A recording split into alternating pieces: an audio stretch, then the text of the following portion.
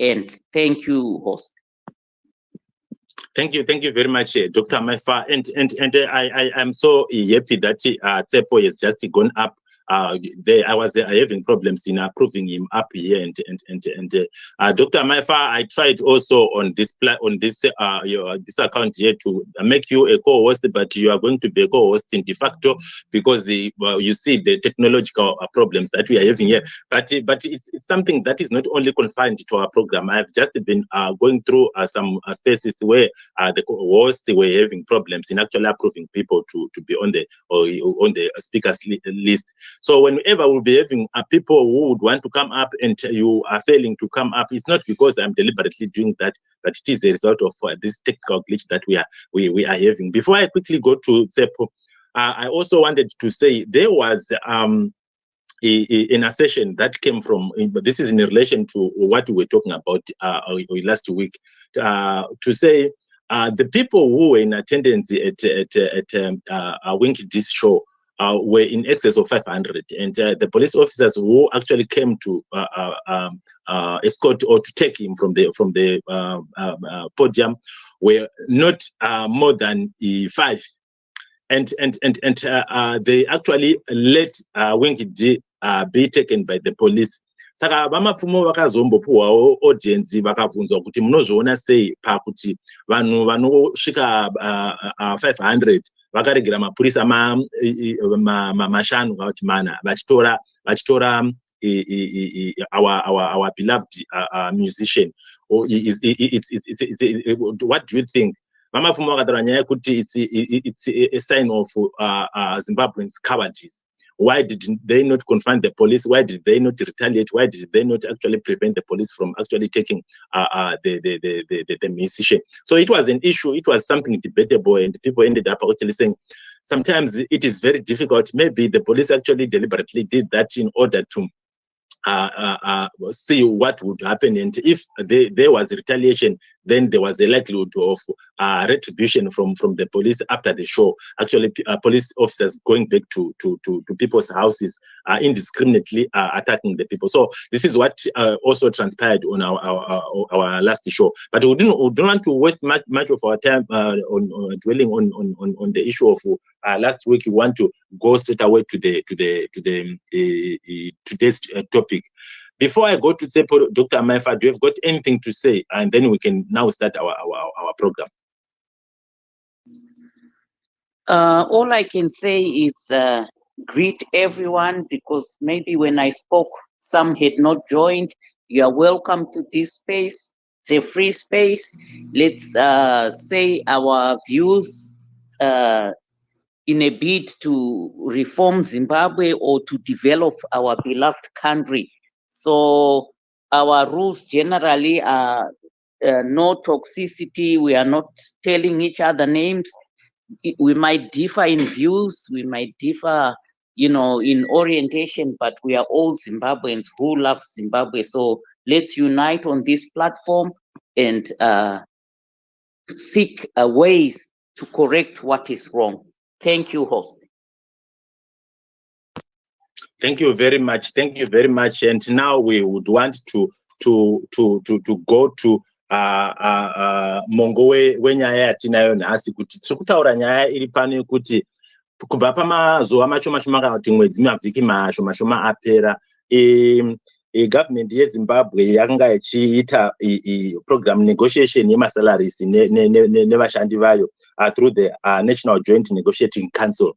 And during that the negotiations that were taking place, the government actually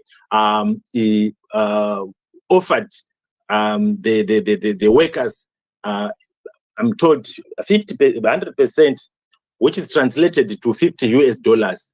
Asi massive servants vanokwanisa kuva vanogamuchira mari iyoyo. Why? Because the massive servants vakataura nyaya yekuti isusu mari inotiitira zvakanaka 840. That's the amount of money that they would need.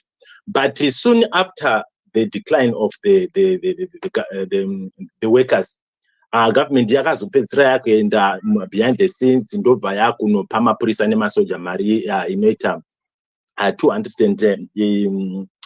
250,000 Zim dollars or RTG, that is in local currency. And then masoja akapuwawo 450,000 RTG iwayo. Pamusoro pazvo vanopuwa $250 in US dollars. So this is what has just happened. Asi mamwe civil servants ese haana kukwanisa kwavari vanopiwa imwe mari yakaita saiyo. Saka when I was looking at this scenario, I said to myself, is it by coincidence that the police officers and the army, who are the backbone of the current regime, were given such a huge salary increase coincidentally towards this crucial election that we are going to be having in the next few months? Or it is just an issue yekungoti vakangoona kuti mapurisa avo vakanga vasingawani mari yakakwana vakati ngativape. So this is the discussion that we would want to delve on. And also the issue that is at hand is madzishe edu vanonzi vakapiwa dzimotikari dzakanaka uye I think nyowani chedzo.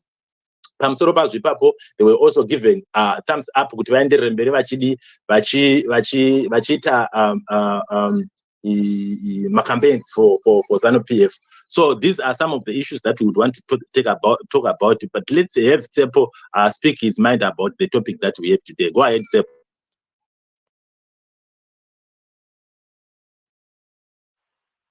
All right. Thank you so much, Stanford. It's my first time to be on your space, and it seems like it's a space of maturity.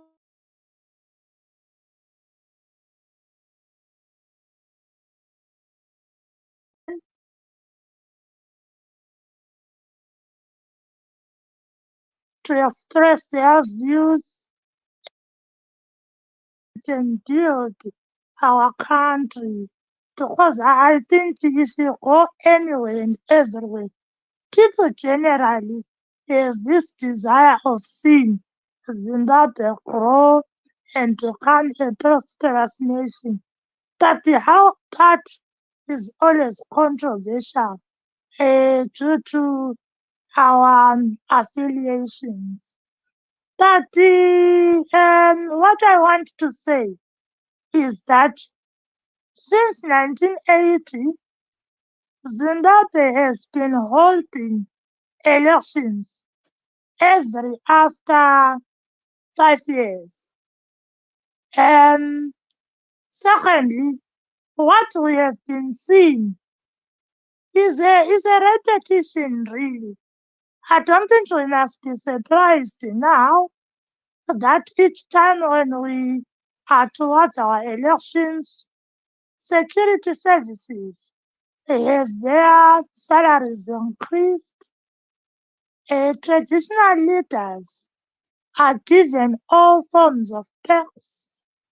Recently, it was not only cars, but they now have medical aid cover, Christmas. Some traditional leaders are even having their homesteads solar powered by the so-called Chinese in conjunction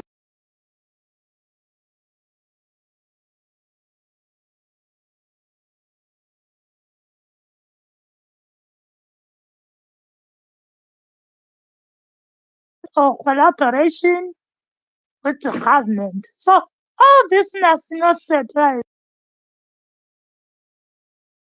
We are holding these spaces. But also to say, no matter what is done, no matter what they are given, whether they are given double-story houses, whether they are given private jets, people should not betray their cause. Their cause is to see a transformative Zimbabwe. So does this translate to a transformative Zimbabwe? And there is one thing that I thought we were going to talk about. ZANU-PF was supposed to hold these primary elections. If you were following on Twitter, some people that were technocrats want to be politicians. Some people that were musicians want to be politicians. It's not because 7 people is an easy job. It's the perks, the salaries, the allowances, be it a councillor, be it an MP, be it a minister, be it a deputy minister. Of late, we have realized that hansi vanodya zvevapfupi nekureda. We are realizing that leaders are benefiting more than the ordinary citizens. Ministers get 500,000, though it's not proven whether that's true, but so far that's what we got. They're getting about 500,000, deputy ministers 300,000, now MPs from both parties are 40,000, which a retired person who has served the company for 25 years or 30 years does not get that amount of money. But because you're an MP, you get all those diplomatic passports, motor, and the Poland, motor. I don't know what's wrong with Zimbabwean cars. Chiefs are motor each and every year. Does this translate to a progressive nature within a country? Just 2 weeks to 3 weeks back, the president has forgotten who he had engaged to come and assist us with our debt situation. They talked about allowing freedom of expression. They talked about upholding human rights. They talked about learning to prioritize as a country if we are to tackle the debt issue. But we will continue to see kuti kuneka kusadzana kuriko. Does this translate to a progressive nature of a country? So don't worry what that isn't. Yes. People need to know their cause and not betray it. Yes, just a moment. I just want to quickly pose a question to you that I expect you to answer in maybe 2 minutes, and then you remain on the podium. I would want to come back to you again. My question that I would want, I want to refer to you is, when you see a situation in which the police and the army being rewarded at the expense of the entire civil service, is it because the regime is on a panic mode to an extent that they think once we are not going to offer them this amount of this salary increase, then there's a likelihood of what is going to be happening from the police and the army? And also, do you think the junior police officers and army officers have got a capacity, once if they are not being given what they want to have, do they have the capacity to say, no, we are not happy, then we are going to make sure that we are not going to protect you over this election? In 2 minutes time, but I'll come back to you afterwards. All right, I'll keep it short. It's an issue of what I can call chirere chikukurerao. If you understand that, you scratch my back, I also scratch your back. But don't think those people are daft. They are not daft. No matter what is done, salary increases. They know that they spend about 4.5 years wallowing in poverty, crying for an increment, only for it to come 6 months before. Saka nguva yavanoti vanodyawo is between now and election time. Soon after, it's back to factory reset. So they know they are not stupid. We've been playing this script for a very long time, and they are going to do what they are supposed to do, following their conscience and understanding the Zimbabwean context and the Zimbabwean situation. Okay, okay. Thank you very much, Atep. I would want you to stay there if you have got time. I've got some follow-up questions with you, but I want to quickly go to my co-host, Dr. Amaifa. Jeff, I'm sorry. I think you've realized I was in advocate space, and me and you were having problems in getting the mics. So it's not that I know you are going to be supporting your president step that you did that I'm deliberately not making you up. You know the problem that we are having. But Dr. Amaifa, can you go ahead and give someone who wants to speak now?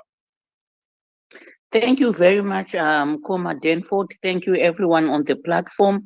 My sister Tsepo, you nailed it all. And it's good to see I'm fellow not women. female. I'm male. Sorry, I'm not Oh, female. oh, the voice. Sorry, sorry, sorry. I apologize. My apologies. No offense meant. So anyway, thank you for the for your submission.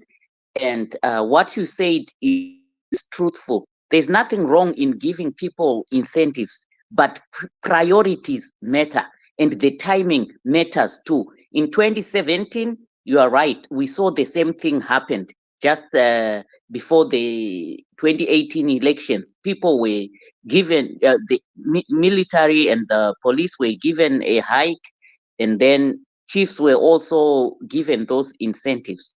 So uh, incentives should not come out as bribes and should not be, at the expense of the ordinary citizens. So we have to map a way forward.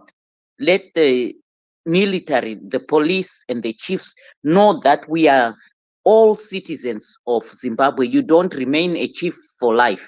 So at this moment, let me call my uncle, the Sabuku Dobbs, to give his submissions. Thank you, Uncle Dobbs. Thanks a lot, everybody. It's not tender perspective. Thanks a lot, Mkoma for the final. There's a good ethics scheme because it can have my DM through Kunzu. Can have background the patch through Kunzu. We know Zanu PF ino kucreatera kana mhosva chaiyo chaiyo kuti unotadza kurara yakuti ndozvawakaita izvi neumbo hwese unotozvishayiwa kuti uri kubva nekupi saka ndezvekutoshinga but unotongoona futi kuti hazviperi ukaita sei. Then going to the actual topic, ndinobvuma hapana chakaipa but the vacho vapiwa they are not even happy even though because vari kutaura they are just pinpointing the actual problem to say no, the biggest problem is everything is monetized now. We have to pay for everything, whatever. I was talking with the members of the police. They said that camp hospital it's no longer working where they used to go and get free treatment. They said there's nothing as well.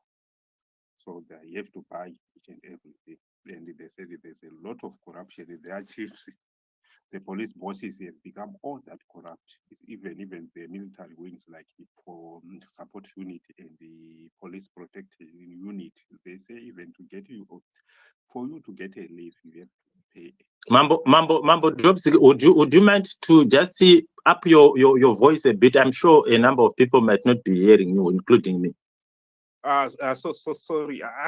Compromised gadgets these days or not working. I'm not even failing to understand. At times I don't even manage to go to a space. I understand. What I was saying is to say everybody. I agree to say even those ones in the force, they agree to say it's better than nothing, but they are not happy. So at the moment, this time, the moment they receive it, they are not happy. What they are not happy is the system of government, where money is now being paid upfront for everything, and the corruption within every system. They are even complaining to say even their bosses in police and army, they have to bribe them even to go for time offs, even to do anything. They are saying even those their medical facilities like police camp hospitals or army, they said there's nothing there. They have to buy anything, and at times we have also to do a bit of a bribe for anybody who work in the medical fraternity within that camp to treat you. So they said it's not worth it because it will just go the way, disappear and so forth. And they've already over borrowed because they can't do without borrowing, and they don't understand what they are working for. And the issue of pensions again, they said they've affected their morale because they know that even if they retire, when they go for retirement, they're going with nothing. Then going to the chiefs, it's a rigging strategy. Don't waste the time. It's just a rigging. This time is even more than what people think to say. They will just say, yeah, flog much people to go and vote. No, it's not that way. It's a different one. We can't say it on a Twitter space. But the fact is that we know it, we'll then share it. Maybe in DMs, WhatsApp, and so forth, and then counter it. And it's easy to counter all their reading strategies. We know they have lots of reading strategies which they are putting on the table. This one is not a benefit, it's just a reading strategy. But this government is very decisive because you can see how they selected to say on the civil servants, it's only the police and the army. But they understand one thing to say the morale if gone. Those people no longer have morale. They are only forced to do work because of the code of conduct which they signed into when they are attested into those forces. So we have to understand how they are trying to just hold on to power. But yeah, it's just temporary. I don't think giving them incentive will convince those ones in the military to say we have a right government. Probably the way where they make where they maybe the issue where they used to do where they would ask them to vote in front of their bosses, maybe that one will work, but incentive are not going to work. I think that is what I can take it. Let me just vote for now. Yeah. Before you go, Mkoma Jobs, I think I've got a question. Yeah. If you listened to what Tsep has been saying, he actually said that it should not come as a surprise kuti masoja nemapurisa vazopiwa mari, especially at this juncture. Everybody or almost everybody should really know that the reason why the police the government is decided that it's because they know what the police and the army can do for their hold to power. Now, that being a trend, pane here zvinokwanisa kuitwa ne-opposition, because the trend that the government has been doing has actually been so successful to an extent that they are still in power now, not because of the people that voted for them, but it is because the army and the police have made them to stay in power. So having realized that the opposition, can they also either reciprocate or find a way in which they can counter what the regime has just done? Because I would want to believe if it stays like that, then there's a likelihood that ED is going to just sail through. I'm not too sure your comment about that. I think for them to just follow what they have done to the military, to the army, and the police, that one is just a mere side show. It doesn't affect anything because those people, it's very difficult now for ZANU-PF to convince them to say they are the rightful government and they care for them, because they've already shown that they don't care anyhow. And what they are just doing is just cosmetic. It's not a change really, because they know with inflation and with time moving and after election, what everybody knows is after election, those ones won't enjoy anything. So they really understand where they are going. They've been taught by experience. Probably on the issue of the chiefs, they needed to do a lot of counters because that is where what the military was complaining about is what exactly those people in the villages are complaining about the system of government being cultural or whatever, because at times people they can ask you to say, then you ask us to pay when we are just presenting our cases to the chief's court. Is that the tradition if we are saying we are custodians of our cultures? Do people in the before used to pay anything to the chief if they are going to present their case? Then you will find it to say no, they did not. But now it even costs that village in the village, that poor village in the village. At times they are asked to pay as much as 30 user to just present a case to say I've got it a trouble, which is A, B, C, and D. And they understand to say it's not our culture, it's a borrowed culture, and they don't want it that because they don't have the finance to do that. And there are other issues like even for a teacher in the village, for your school, primary school children in a child in a village, for him to write a test and to have that test marked is now paying extra on top, like $1 per subject, $1 for every subject, and about 2 to 5 on secondary. So they don't want it that people, they don't want those issues, they are affecting them, or they are demoralizing them, that demoralizing their children. Because if they don't have that money, the books for the test won't get marked and so forth. So all those issues, if they could counter them to say, on those issues, like the courts to go to the chiefs, they must be free, because that is the tradition. We used to have that tradition before to say, kumuzinda hakuna weko. Whether you are rich or poor, you could just go to chief's court to say, I've got it. My problem is ABC, and the chief would consider how best to solve it or refer it without requiring your payment. So that is the problem, which is just and where the issue are siding with the Chinese or whatever. Those are the issues where probably the opposition have to come out to say, no, we can't side with the Chinese. We can't continue giving the mining concession and giving our traditional land to mine without benefiting the community. Because in most cases, the chief are getting bribed. We have to be honest. We know that to say they side with those miners because they get a kickback. That is what I can say was the cost. Thanks a lot, everybody. Thank you, Uncle Dobbs, for such a submission, and you are talking from real life experience because you are a traditional leader. You really understand what's going on behind the scenes there, and I just wish we had 2 or 3 chief Ndiwenis there who really understand their mandate as chiefs and their roles, and who would stand up for the citizens and do the right thing. So I think we need a lot of awareness amongst our traditional leaders to know what is right and what is wrong.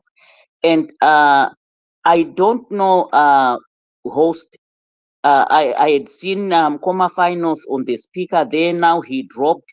So I'm not too sure if we are having problems accepting speakers, or back to you, host. Yes, I think I've gotten Mkoma Dobbs, would you mute your mic, please? It's muted on my. I think there's a lot of problems. It's muted. Yeah, okay. That's fine. So we are having so much of problems. I've got so much of queues of people who would want to make their contributions, but Kuma Finals, we don't have problems with him. Maybe he's busy at work or something, but I've got a number of people that requested, and once I approve them, they just drop down. Once I approve them, they drop down. Some people say it's just a technical glitch from Twitter, which is going to be sorted out in the near future. I don't know. But Mkoma Finals, if you are not busy, just come up and speak up your mind, and we will be able to hear from you. But we can still continue with our deliberations until we have. Let me try Sister Victoria here, if she can also come up. Yes. Yes, luckily we have got here. Yeah. And I was going to be now she came down. I was going to be talking about the issue of this thing that has just come out when the police and the army have been given such amount of money and when I was speaking to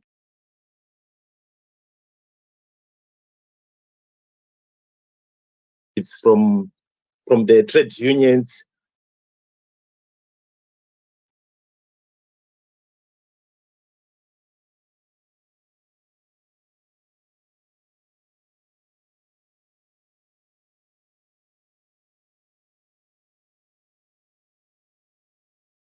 right the civil service into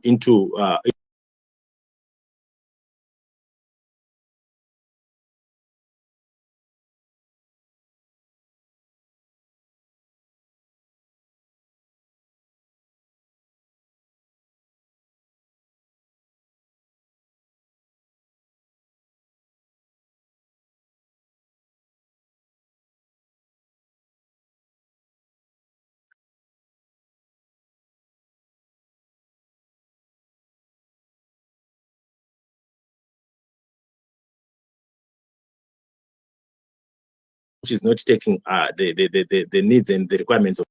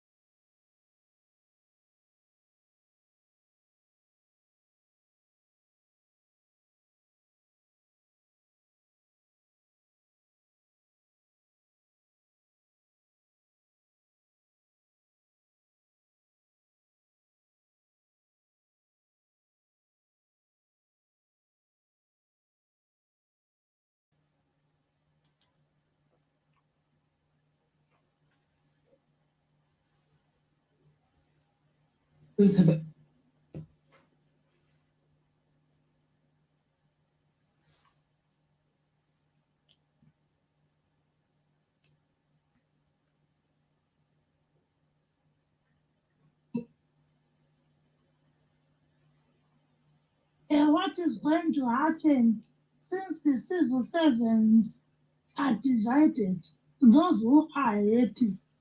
When you say those who are happy, automatically I'm just wondering, are they happy because they have received a salary increment?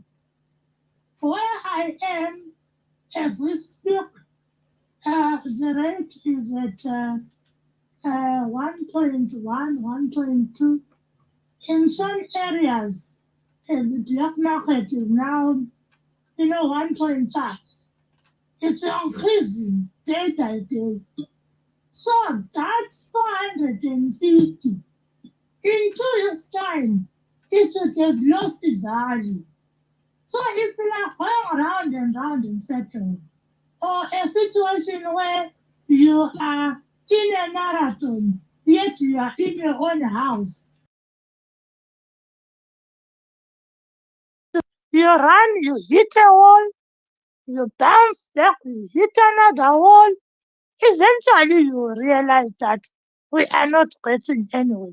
Insurance, kwatiri kuenda ndokwatakaabva.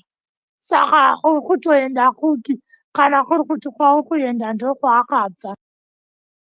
You understand? It's just going back and forth.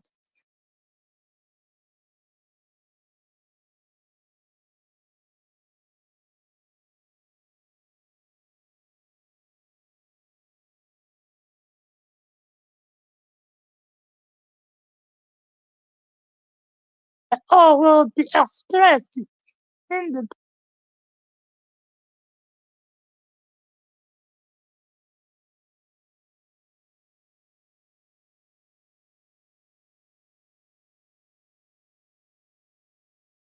security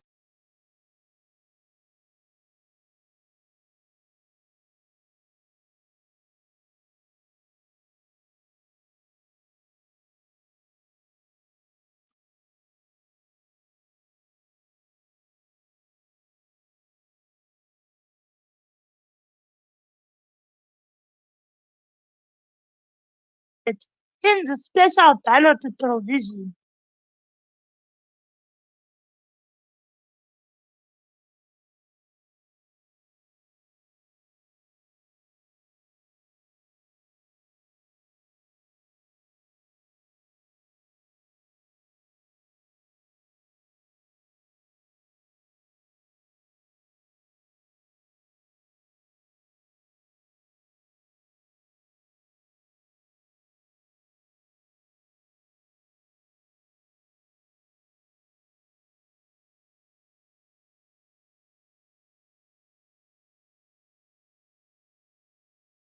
Because, as I said, they are not daft.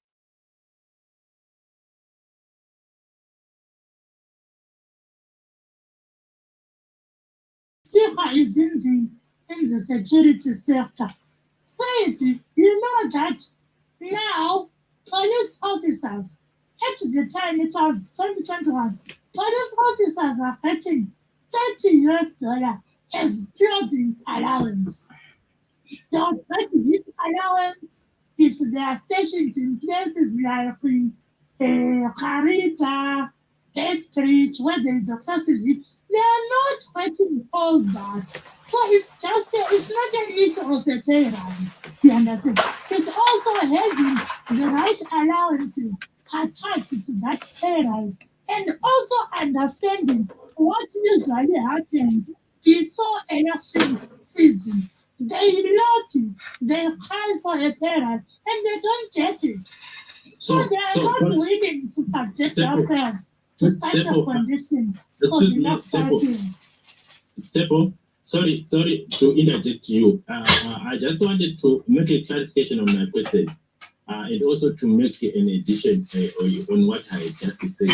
And it's very clear, and this analysis that you are giving, it's coming from a well-informed person, and it's coming from somebody who is seeing from outside, you see. Remember what we are talking about here. It's a situation in which ED and his people, they realize that we are only left with about 6 or so months, if not 5 months, toward an election. And they know that there has been a negotiation that the salary negotiations that have been taking place between the civil service and the public service commission. And now, and I'm also speaking this from experience. I've also been in such a situation where towards an election and the government actually comes to say and that psychological boost, I'm not pure, especially considering good, because there is this thing my teacher nema purisa my teacher and once you're told that you are a bit ahead of the teachers, while you get a bit superior than those people who went for about 4 or 5 years to train for that profession. Those are professional people, you see. So this is the context from which I am saying, not necessarily saying that Maria Yakawanda. And I'm telling you, if you go to the police today or you go to the barracks of the soldiers today, I would want to believe that a sizable percentage of those personnel are somehow happy about what this is my assertion. But thank you very much. You can go ahead. I do concur with you on almost everything that you said, but I would not say they are happy. They are somewhat relieved. It's a relief, no matter how small the increase is. It's a relief because to some extent you'll be able to cover some of the expenses that you incur.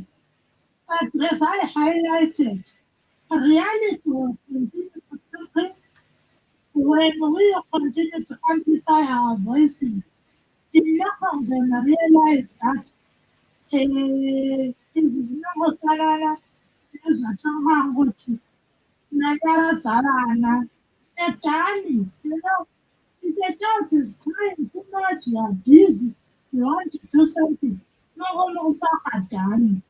But done does not mean that if the child is sucking that done, automatically underwater. So we have to continue to amplify our voices in that aspect. And the economy on its own has its way of knocking sense into people's minds. As I told you, the inflation rate is skyrocketing at a very alarming pace. Of course, when they introduced gold coins, to some extent, Zahantanan, but of late, it's really skyrocketing, and it's a cause for concern. Sahanaria whereby business is a relief, business they are happy. The economy will knock sense into their minds, but no, but it's getting better. And of course, I do agree with you when you say that it's painful for teachers, you know, and because they are professionals. Vane ava vakapinda nekumhanya. Of course, even within the army, they are professionals. Even vakapinda nekumhanya, they managed to upgrade themselves. But many of them are not grade 7.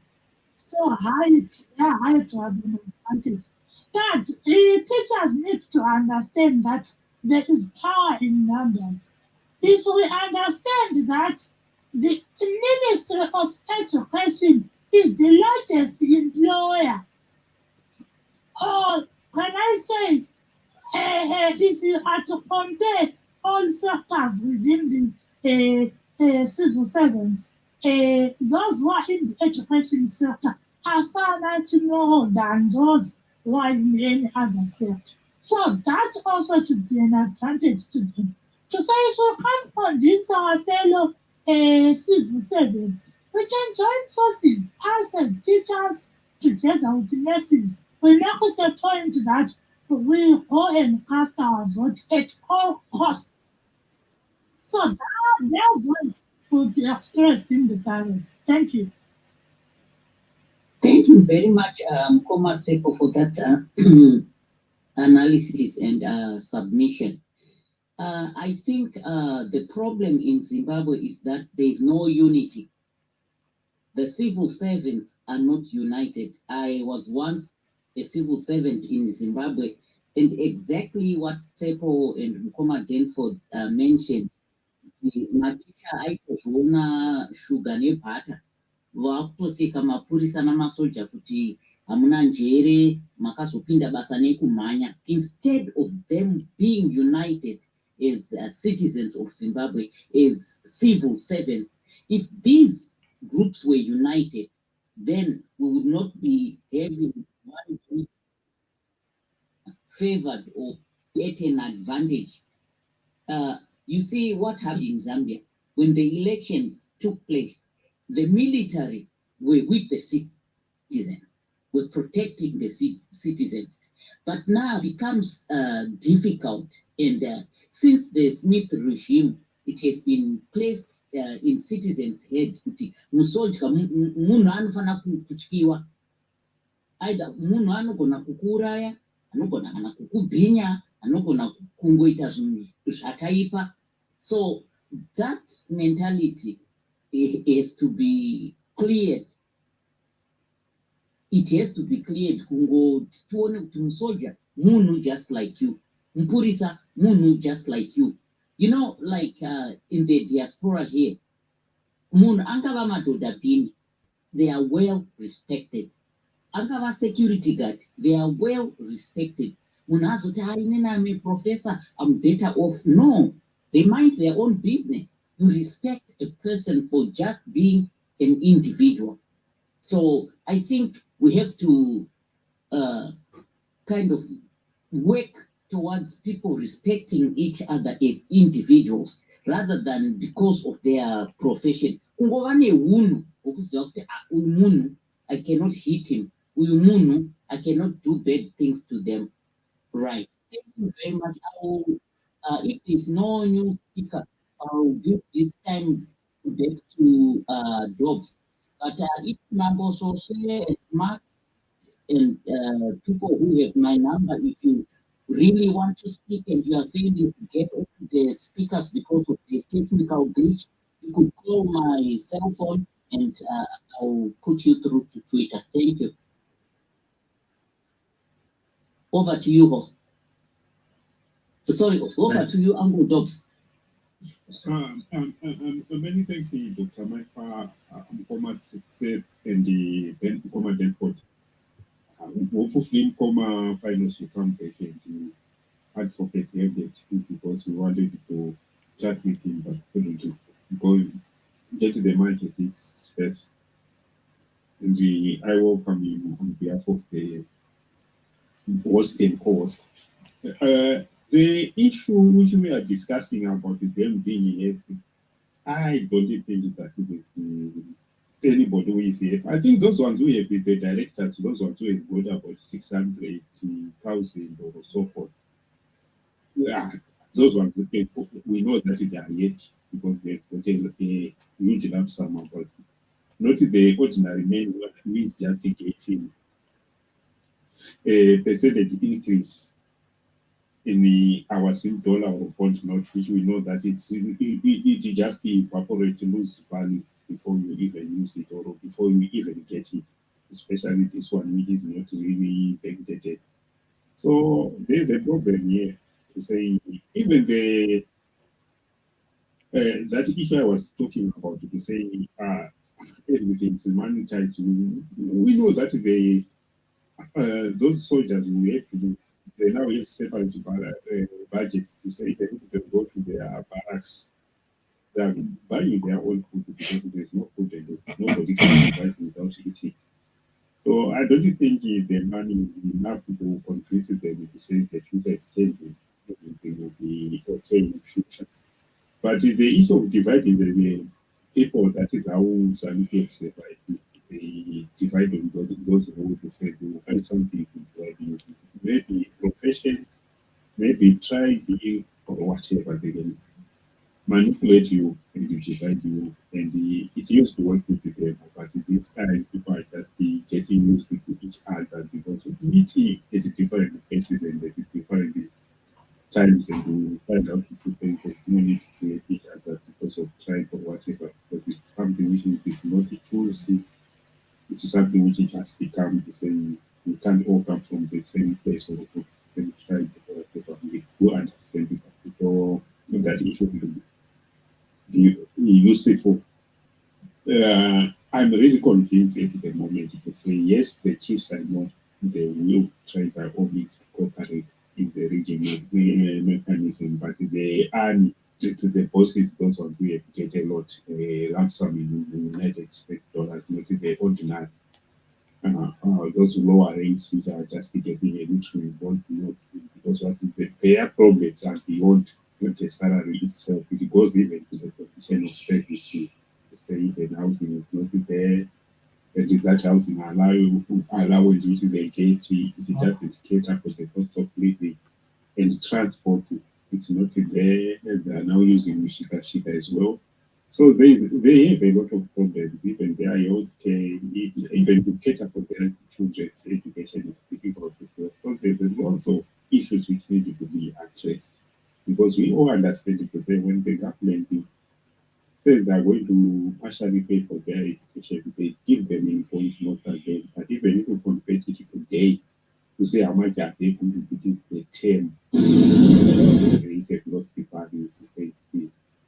More or less, it's nothing.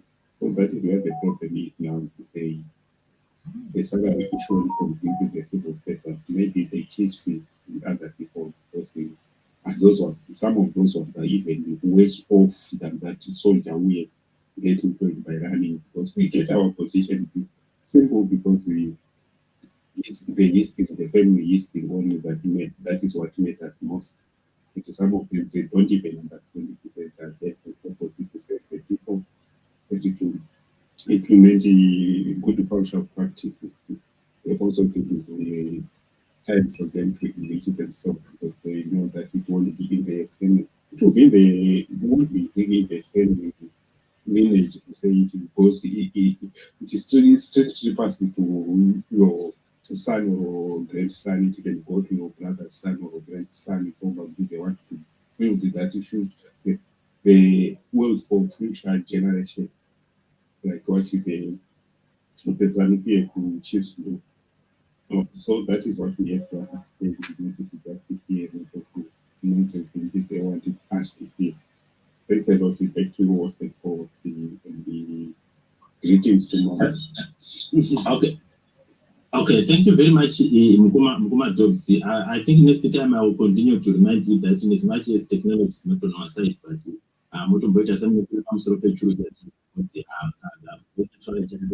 really appreciate your submission. We are in a position here, as well to take analysis, and this is what is happening onto the ground. But before I go to Mambo Social, I think I've got one thing that I've observed, especially to do with Nyama incentives at Emma Police and Emma Soldier, in particular Emma Police. But remember, my police they also participate this electoral process. They are the ones who will be offering security, presiding officers, the ballot boxes, ballot papers, and everything. The process actually is my prison and the paper. So we have had, I remember in 2018, we had situations where the opposition could not field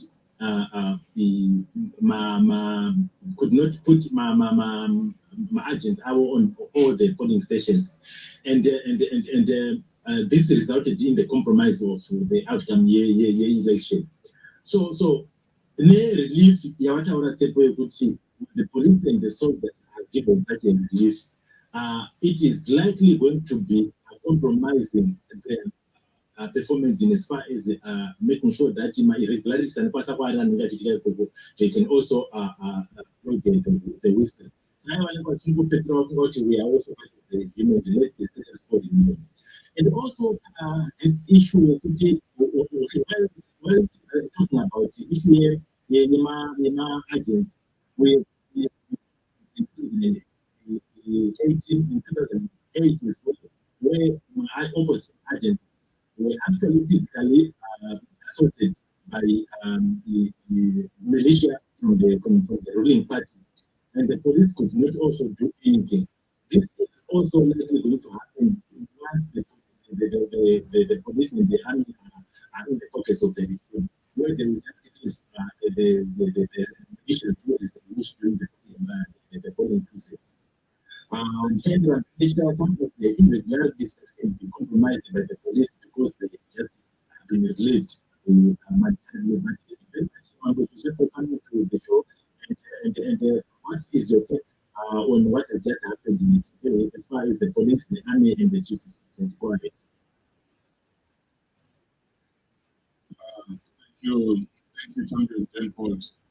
Thank you, Dr. Amai, for opening this space. We appreciate you. We appreciate the role that you play.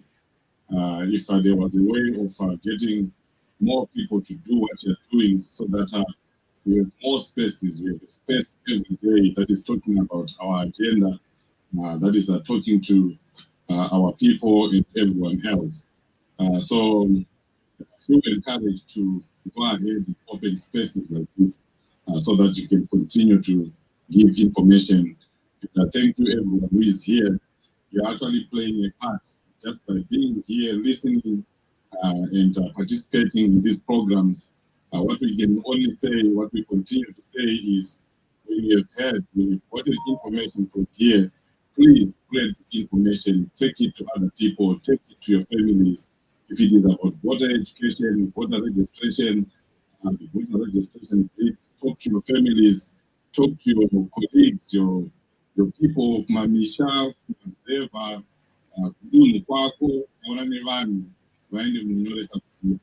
that's the essence of having these spaces to give information. But when we get the information, let's also further disseminated. Going to the topic of the day, I always want, when I'm speaking, to address the neutrals. Those that come here every space day, we always work program that you have. My experience has taught me that there will always be one neutral that those people lack information. I mean, I'm talking about the real neutrals. They are neutrals, so-called neutrals that have pretend to be neutrals, but we know where they are. They're very dangerous. Those ones are very dangerous. They come here and pretend to be with us and pretend not to be supporting anyone, and then they start whispering in our ears, and it confuses everyone. It confuses the real neutrals that we are talking about. Those are just on the fence, and those people need information. So those are the ones that I'm going to talk to. And I talk about politics. No amount of propaganda from ZANU-PF will shift you from where you are. You know where you are and you know what you're going to do. But the neutrals, we need to invest time in them, talk to them, and give them the proper information, the correct information, so that they are not corrupted by the other type of neutrals. So I always say, we had that common saying when we had that coup, no coup, that when it feels like a coup, when it smells like a coup, it is a coup. When this topic that we're talking about, when it feels like it's a bribe, then it is a bribe. When it feels like it's ZANU-PF manipulating security forces, manipulating civil servants, then it is indeed a bribe. And to me, it feels like a bribe. So what do we do? Can we stop the security forces? Can we stop the army? Can we stop the chiefs from accepting these trinkets? Obviously not. We have to stop our very own members of parliament from accepting trinkets from the government. How can we even think of stopping the security forces? But can we do something about it? Yes, do something about it. The best way is what you guys are doing here. That's why I emphasize the opening of more spaces. Our war today is on information. It's a war of information. You give information, you educate people, you do voter education, you educate the citizens, and the education is two-way. You need to reach out, you need to find a way of getting through to the security, to the army, to the police. They need to understand that they're part of the people, they're part of us, and they're suffering just like us. They will end up in the queue to get money from the bank. When prices go up, they go up for everyone. There are no special shops for the police, no special shops for the army. They still are suffering just as much as us. So we have to find a way of reaching out to them and getting them to be on board and understand that they need to stand with the people and they need always to be on the side of the people, not on the side of the persecutors. And then the other side of the education is go to the people, the recipients. Let's go out there, let's educate the people, let's tell them that what you are seeing right now, if you see your chief receiving a car, if you see the army officers running around with the state-of-the-art vehicles having been given by the government, it's not that Amazon Nangagwa loves them, it's not that the government loves them. They are getting those vehicles, they're getting those handouts so that they can influence you and coerce you to vote for ZANU-PF. Whether they're going to do it violently or they're just going to come and talk to you, they're going to use every means possible. The chiefs are going to line you up and tell you to tell the person who is in the booth that you can't write when you can write, that you are illiterate when you are literate. Let's tell them that this is the point. This is what they're trying to do to you. We need to educate the masses. We need to tell the people that these people are just being used to come to you and use you too. So there has to be that amount of education, and it comes from all of us. This voter education is supposed to be done by ZEC, it's supposed to be done by the government. Even ZEC, by its own admission, if you go on their website, they are supposed to be doing voter education. They receive a budget, they have a budget for voter education, but they never do voter education. When last did you see an advert by ZEC telling people to go and register to vote, or just educating them about their rights to vote, the importance of voting? They don't do that because obviously they know that it's counterproductive to them. So it becomes our responsibility. It becomes your responsibility to teach the people, to give information to the people. We have to do our own voter education.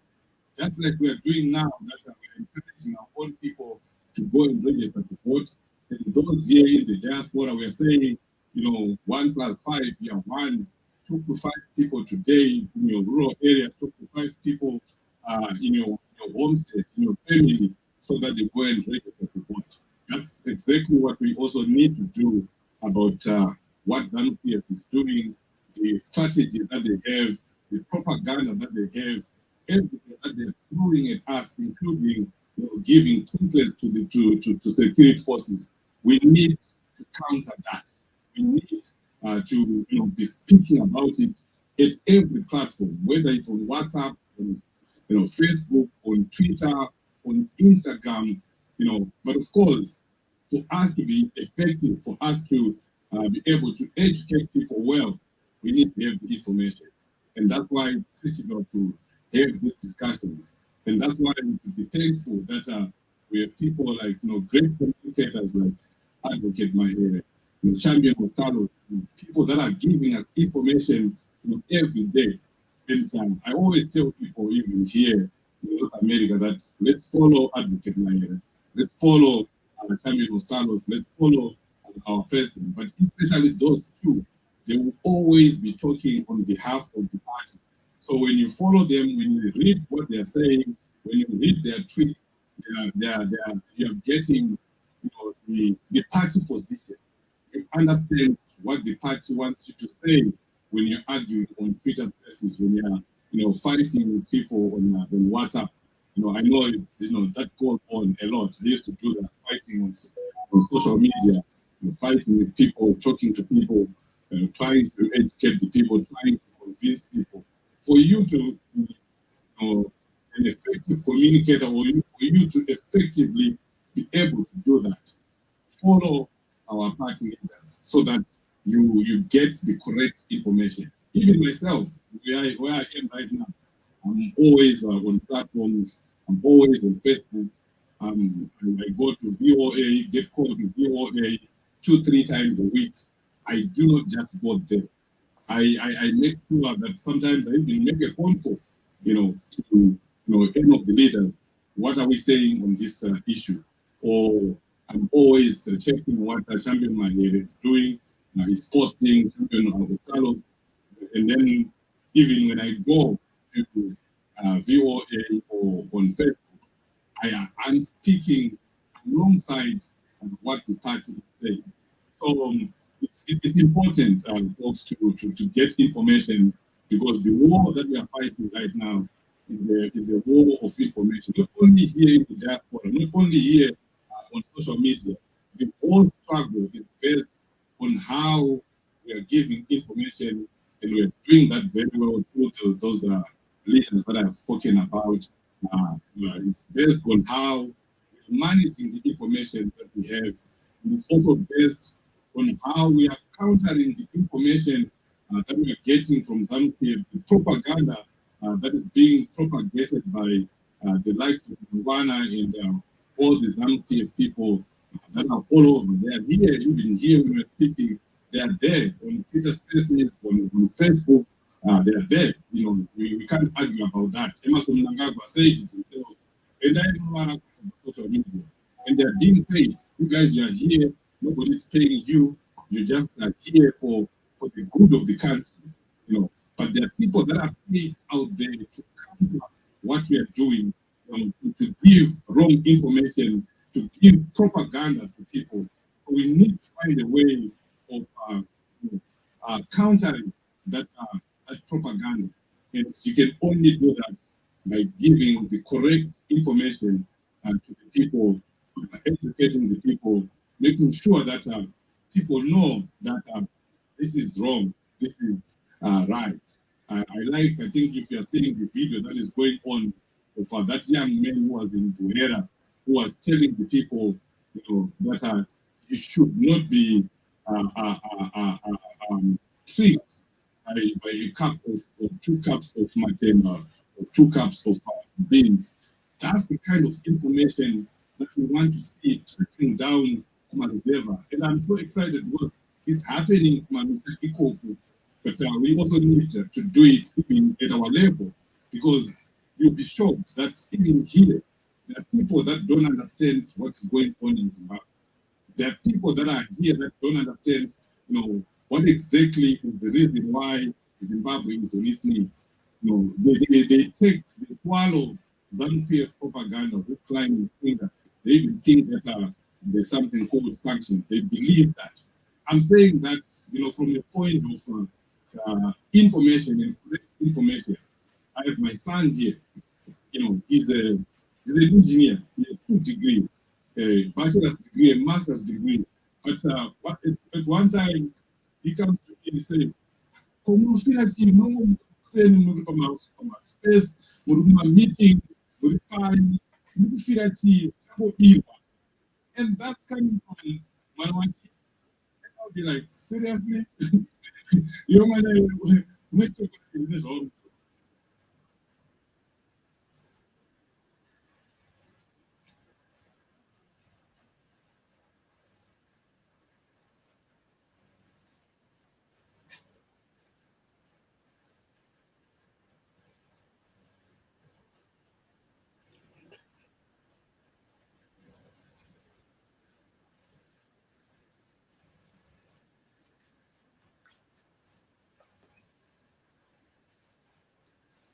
There is a lot of deficiency of information.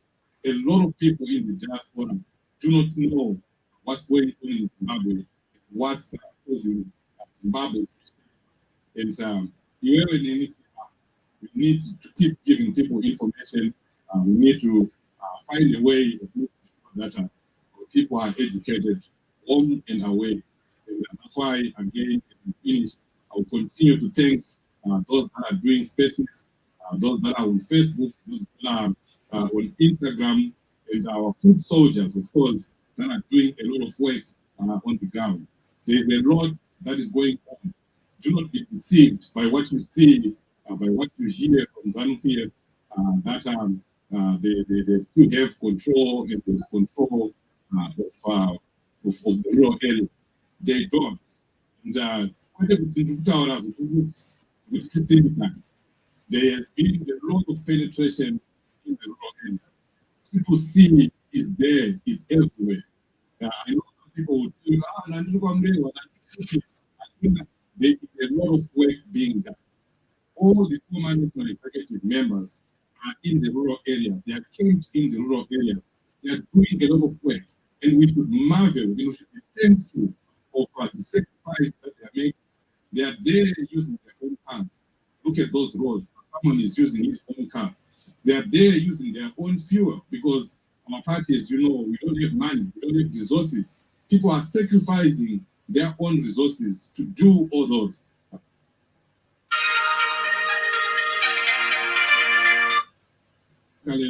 Today was in Masvingo. People that are driving with him, people that are there, they're doing it using their own resources. Even the people that are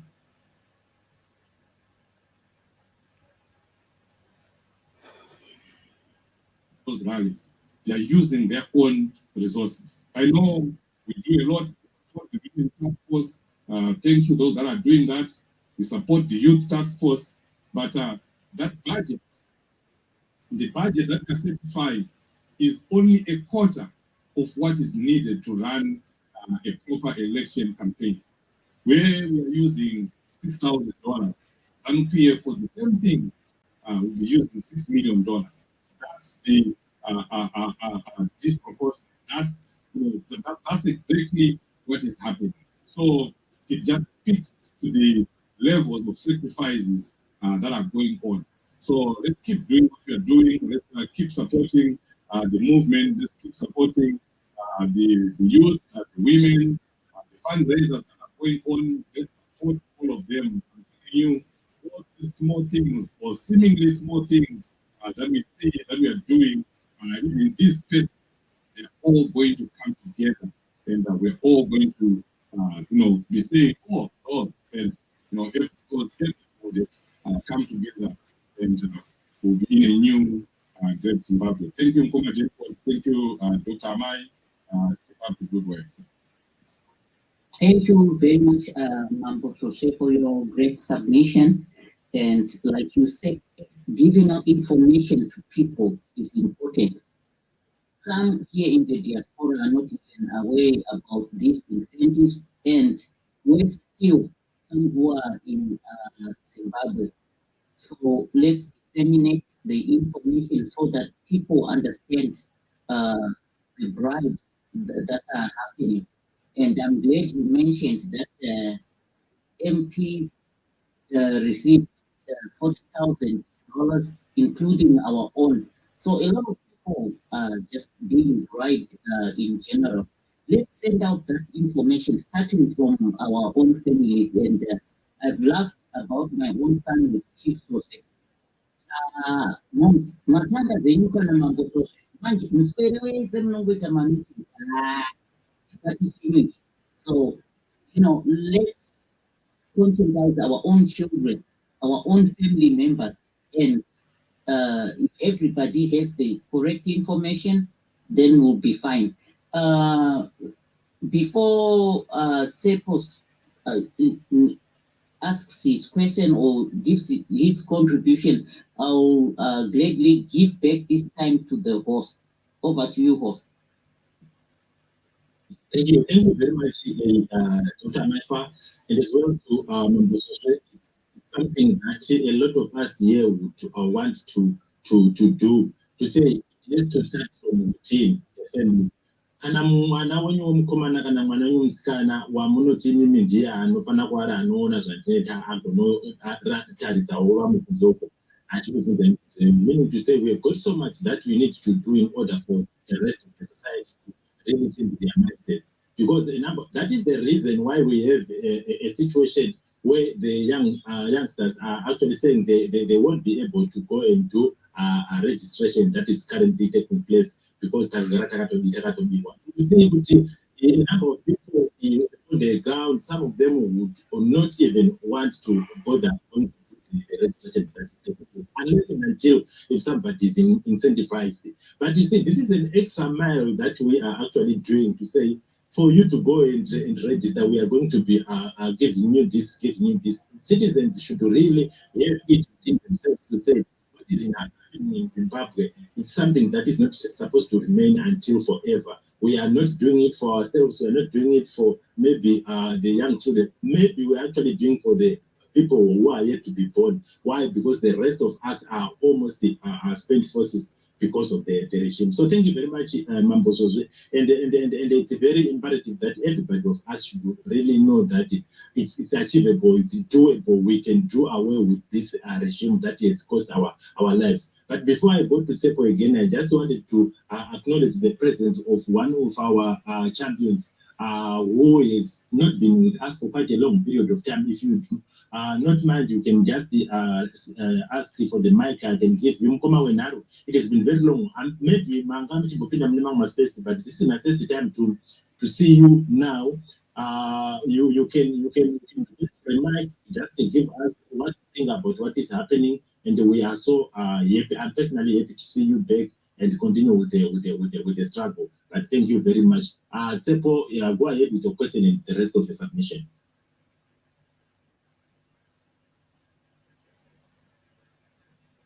All right, thank you.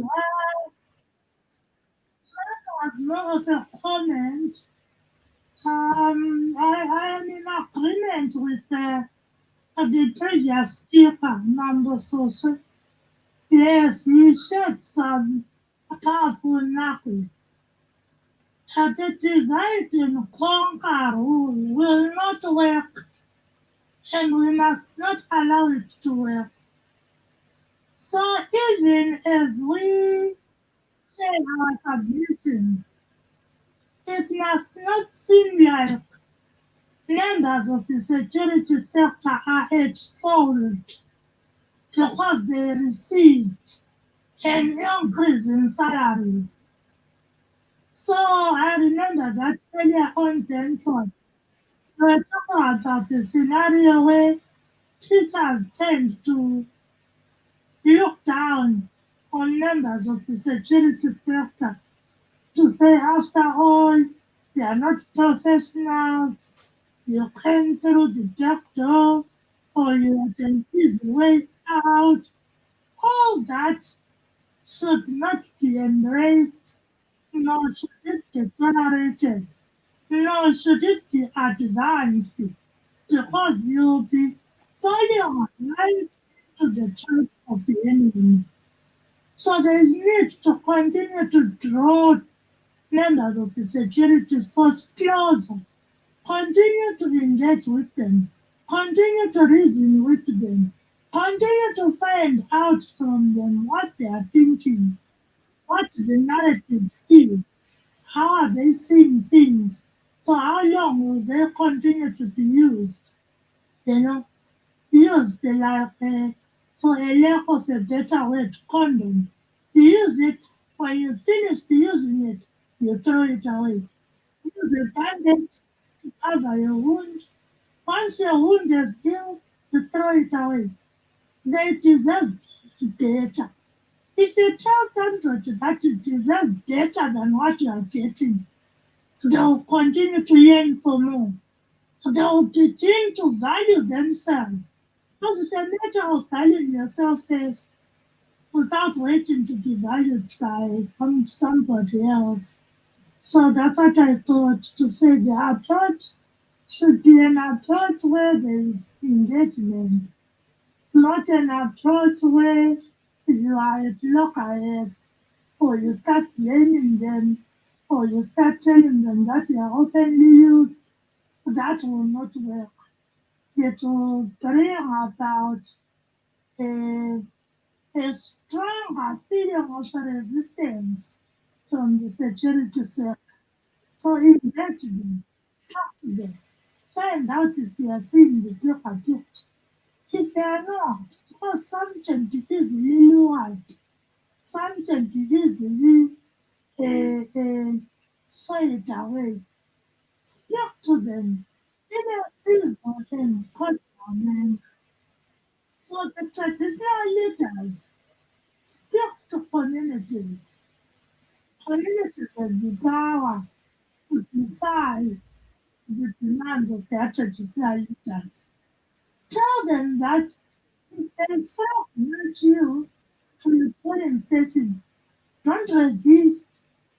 But when you're inside that group, know what to do and do the right thing, not only for yourself, but even for future generations. Use basic and practical examples. Don't go very far when you are engaging the community. Let them look at the traditional leader's home state. It is solar panels, it is well built, there is this and that. Then let them relate to their real life scenario.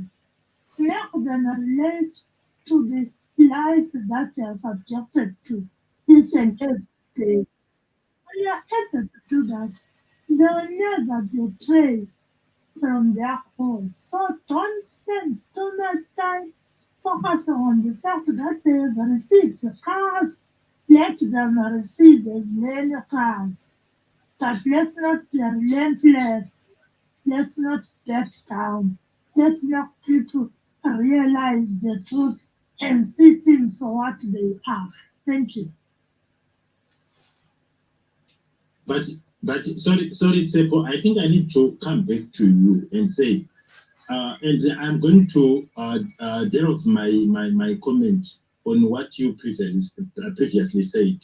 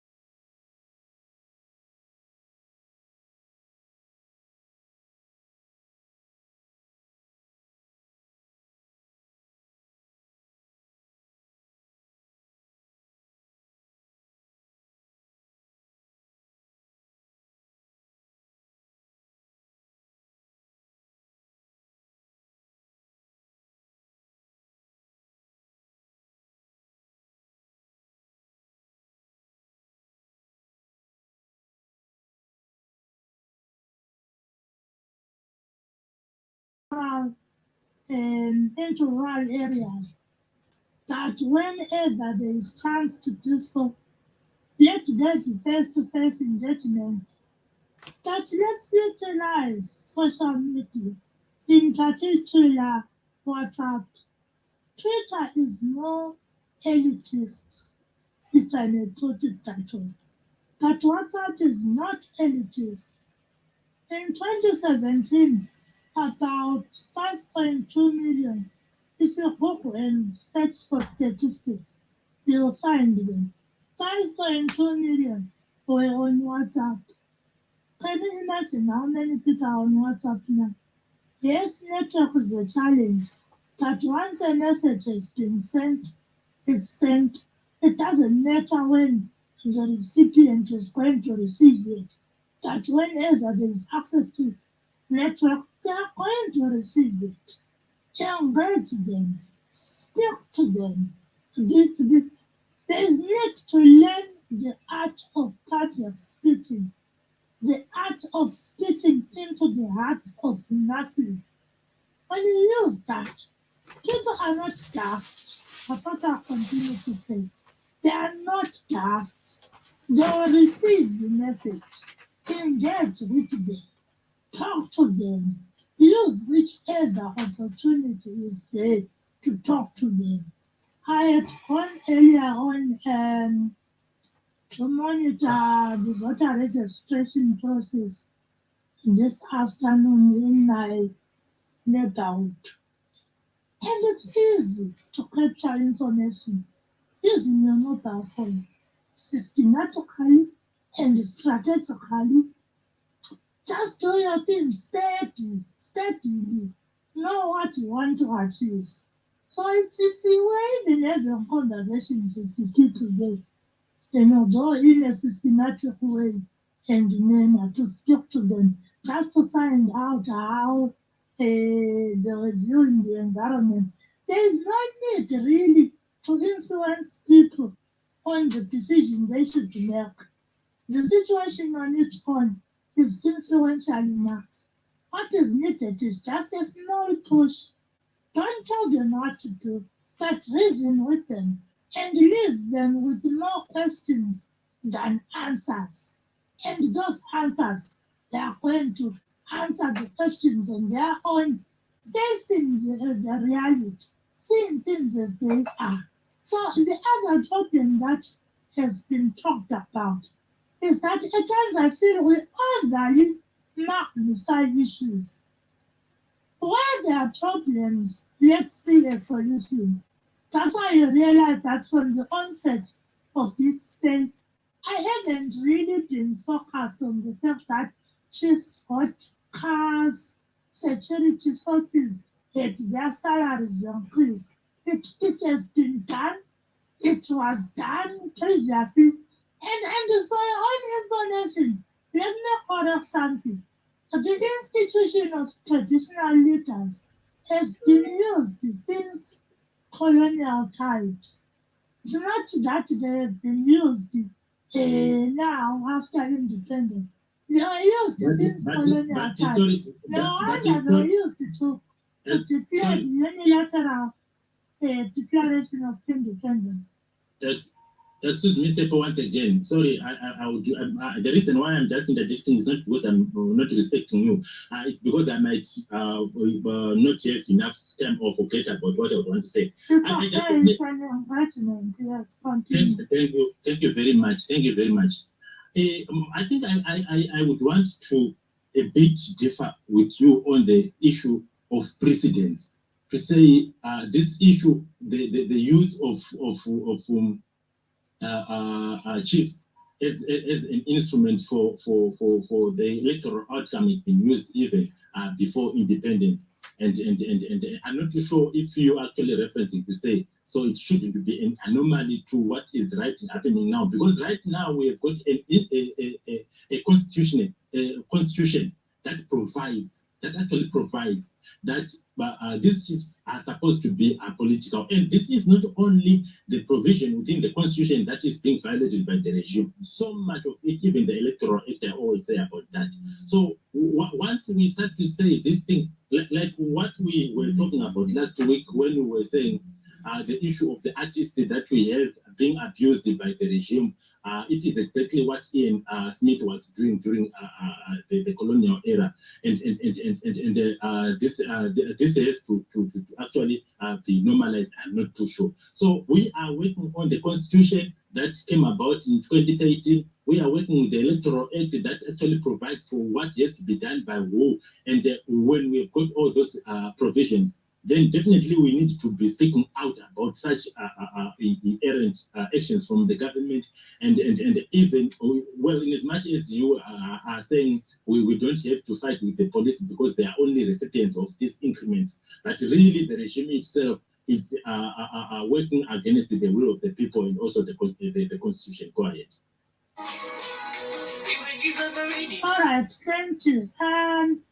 So I was driving to a point to say traditional leaders have been used since colonial times.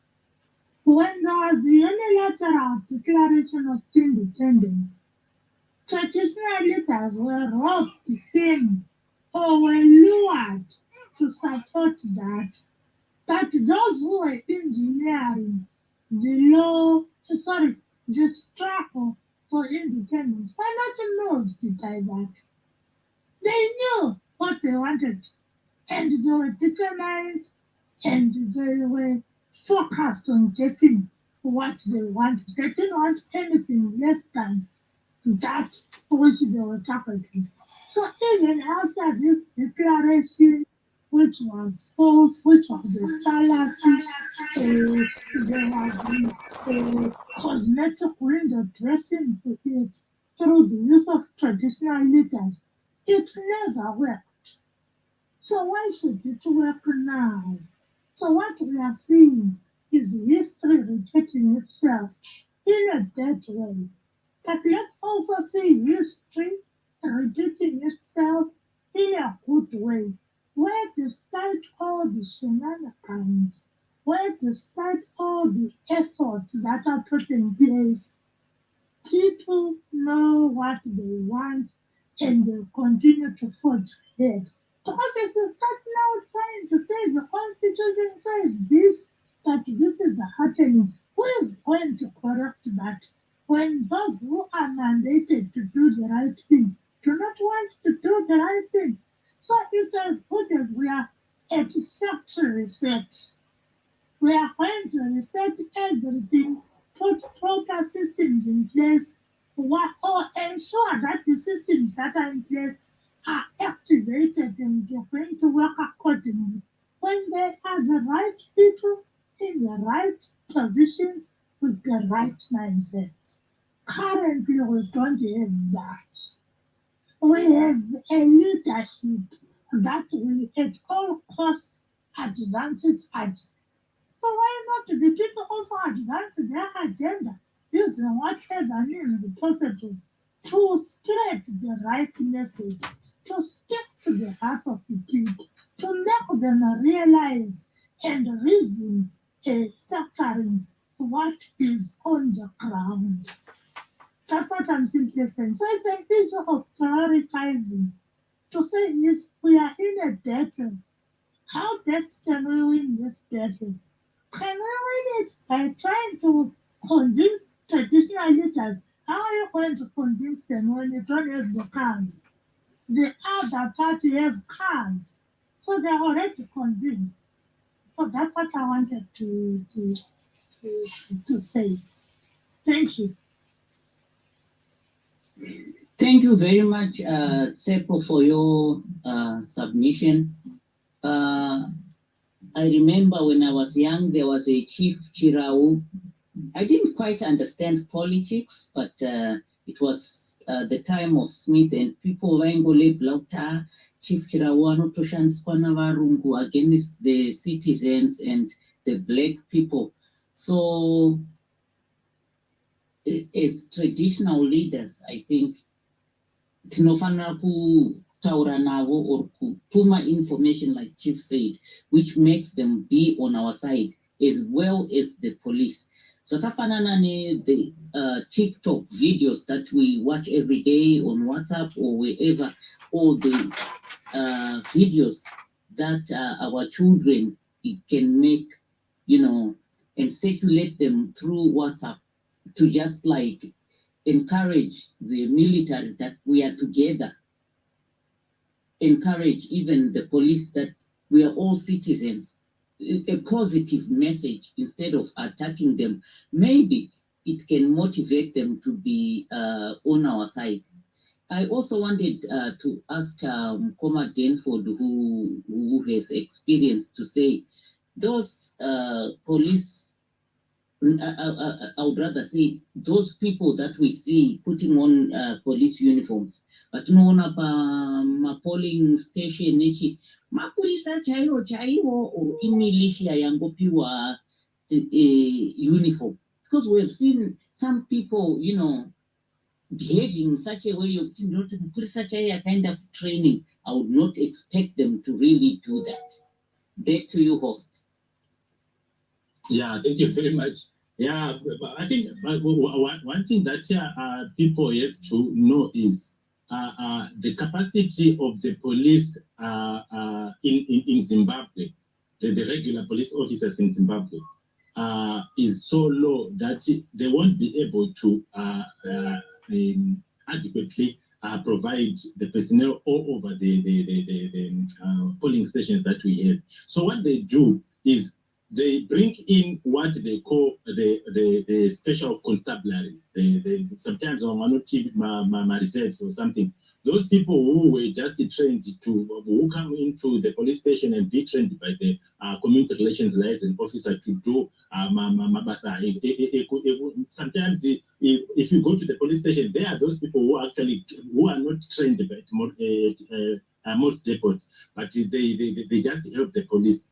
But sometimes we can also have some errant police officers who were really trained, but they've got this mind, yes, I'm a police, I've got to do. Remember this video that came from Magistrate's Court when Beatrice Mjekwa wanted to access the court and these police officers are preventing her from coming in. There were no special constabulary officers there. Those guys, and that was an assistant inspector who actually had to deprive a lawyer from getting into the court. But she stood her ground. So some of these things that you see happening, yes, they do happen, especially at the polling stations. It could be as a result of those who would have been integrated only for that particular moment. Capacity ishoma, and then they bring in those people. But at the same time, when they are doing that, they will be in charge, who will be there, and they got to follow instruction. So we want to have a situation in which someone will say, oh, these things happened because there was a special constabulary. No, they were under the command of somebody who is trained, who is a regular police officer. We can't have an excuse yekuti panapa zona an agent arohwa kana kuti aitwa zvakati nenyaya yekuti papasina mupurisa ari trained. I would not believe that can be condoned.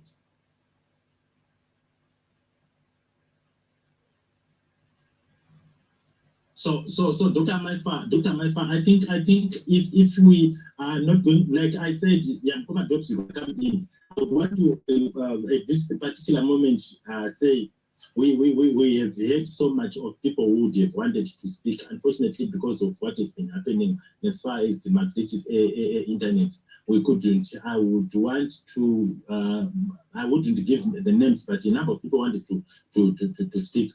I would also urge people who have got their concerns or who would have wanted to contribute to just put that in the comment section. Then I will read that through before we end our space. That will help. But thank you very much. Comrade Dobbs, you can go ahead. We are almost getting to the end of our show. Yeah, I wanted to answer the question before to say not everybody who appear wearing police uniform during elections is a police office. And the ZANU-PF understated that people know. That is why they are not willing to remove all the COVID restriction because of the use of face mask and the other issues, which makes us not really identify who is who.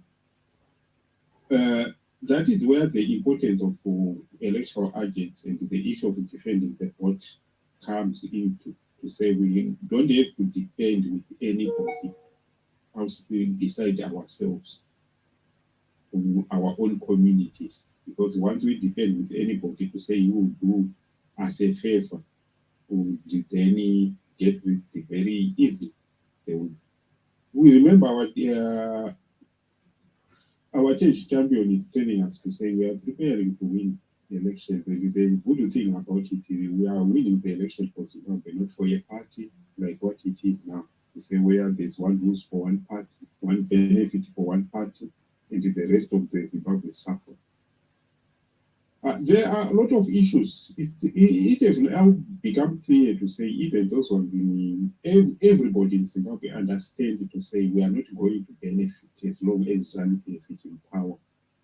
They understand to say the few who are going to benefit are the relatives of the elite. They even understand it even right now when they are thinking candidate to say who is being favored to contest on the by-election or whatever.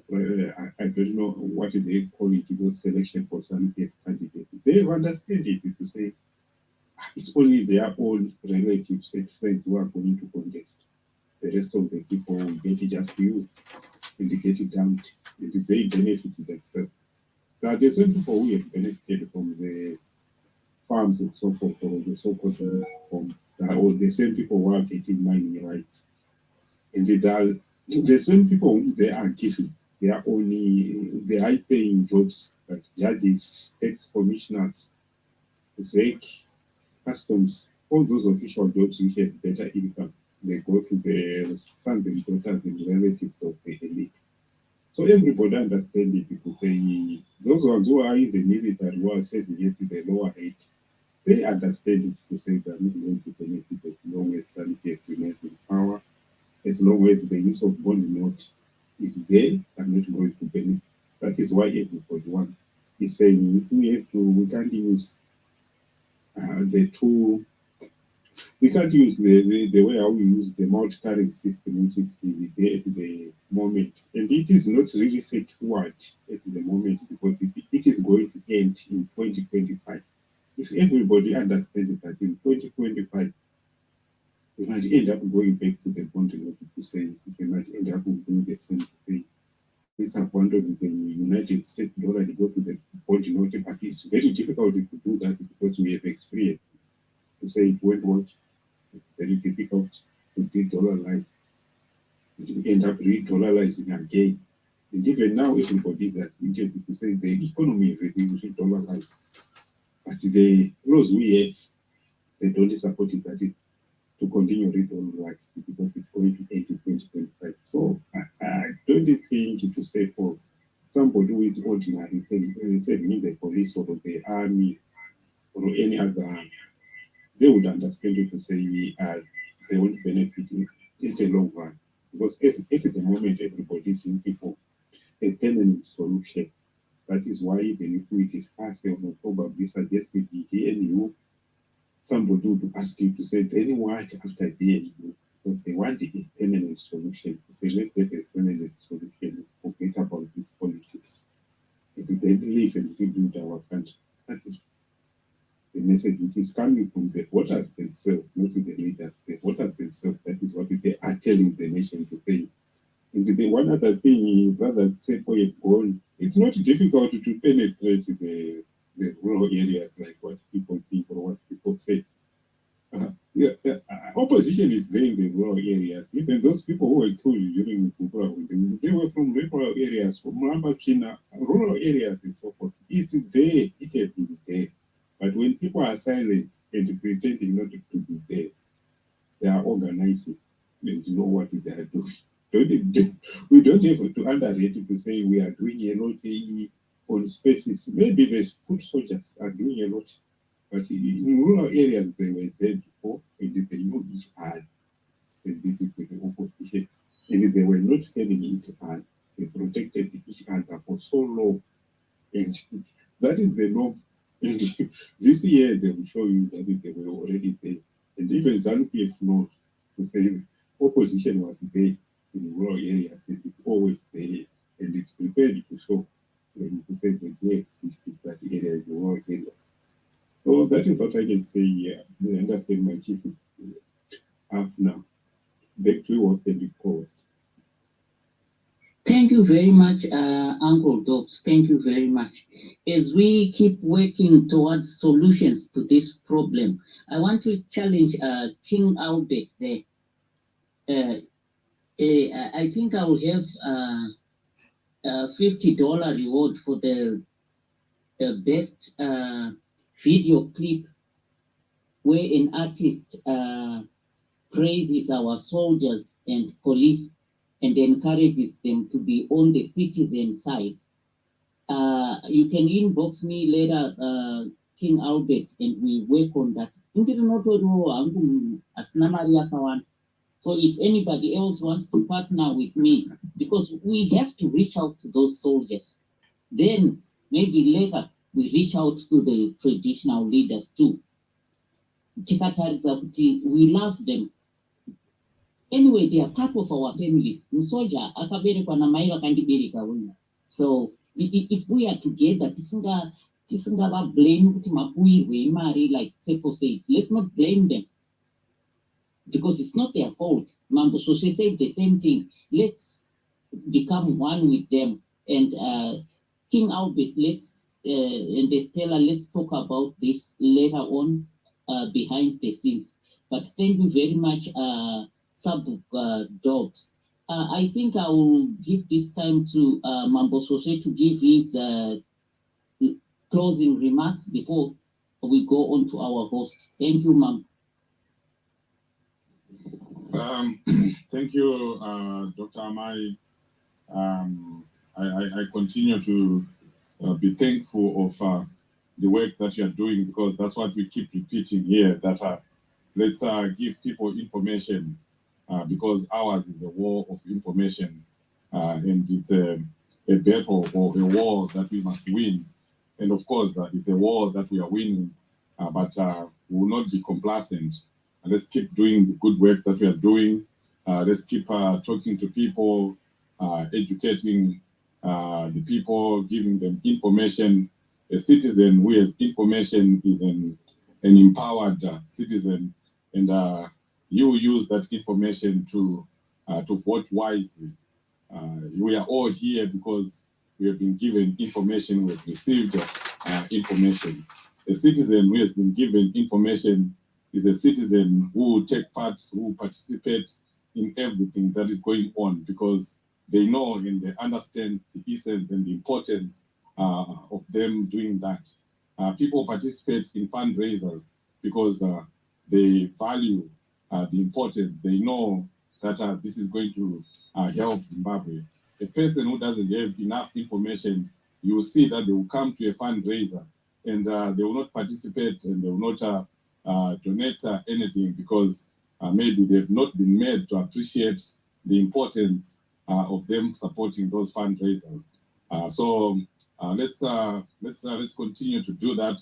There was a tweet that was put up a couple of months ago by Chief Ndiweni, and was advising us on what we should do, in as far as handling chiefs and traditional and other traditional leaders.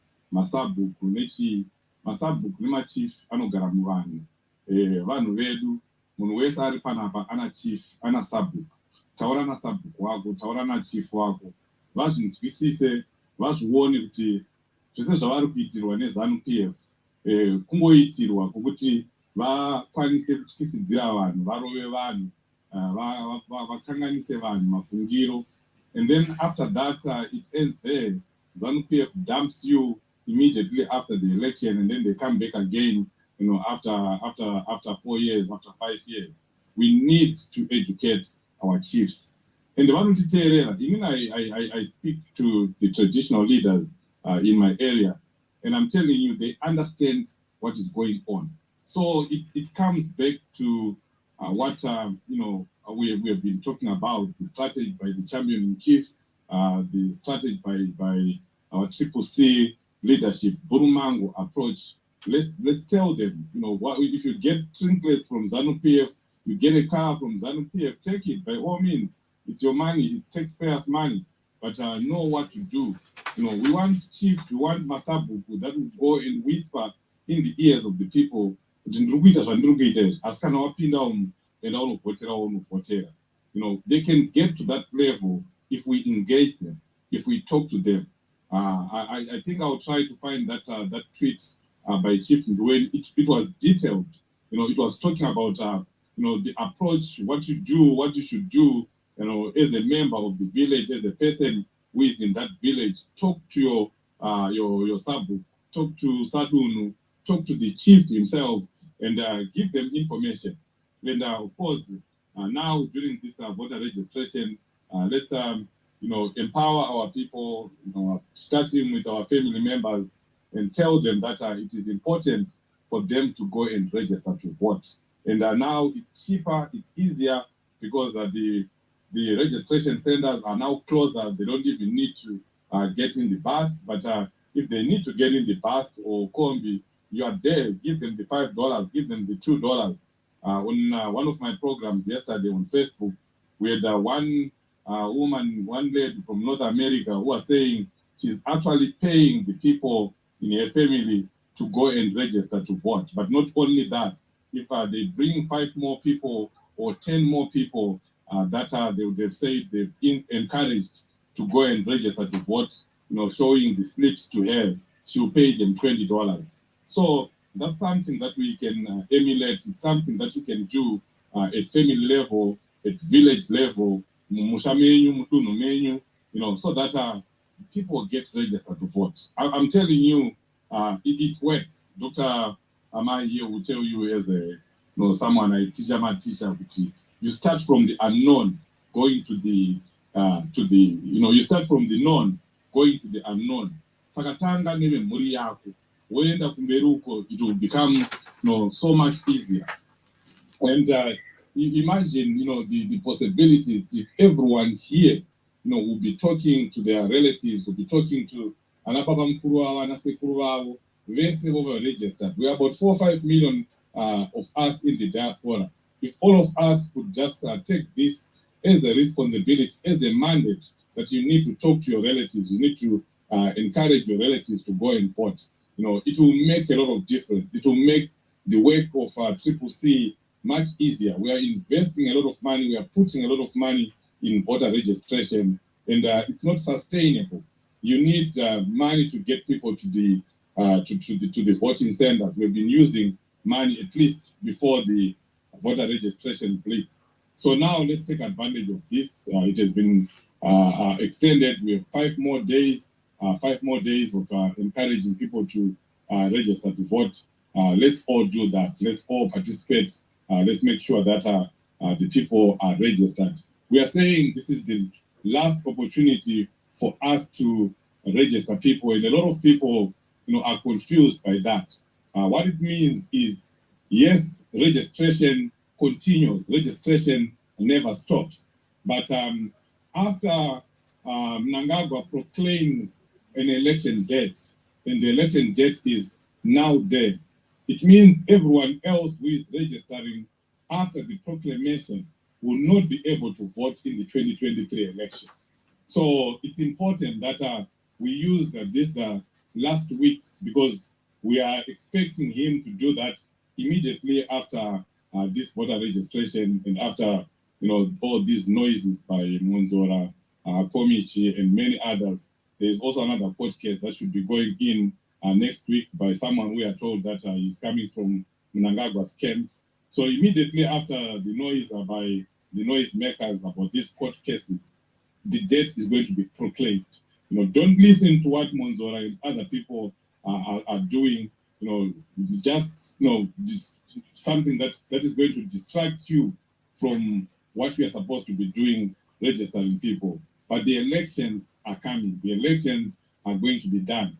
But after the dates have been proclaimed, the people that will be registering will not be able to vote. So we'll stop focusing on registration really after the proclamation. We'll now be focusing on making sure people have information, the right information that they need for them to go and make the right choices when they get in the booth, including those that have been ferried by ZANU-PF.